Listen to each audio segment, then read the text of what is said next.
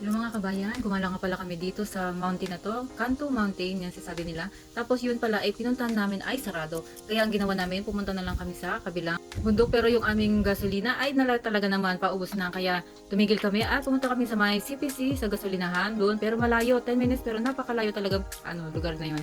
At ngayon ay nagpahinga muna kami. At ito ang ginawa namin. Pahinga lang, pahinga doon sa may kabilang mountain. Tapos kinuha ko naman yung cellphone ko para ma-video ko yung lugar na pinunta namin.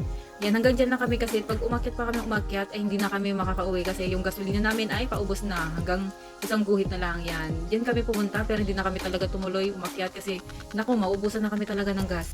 Saglit lang kami dyan kasi nagpahinga lang saglit at ito yan yung labas niya, yan. Kunti lang yung makikita mo kasi puro naman siya. Kaya sa malayuan, maganda talaga sa malayuan ang lugar na pinuntahan namin. At sayang naman, at sumayo pa ako dyan kung saglit. At tapos kinuha ko na yung masana sa kanya dahil share kami talaga sa isang masana. Yan, nag-selfie lang kami.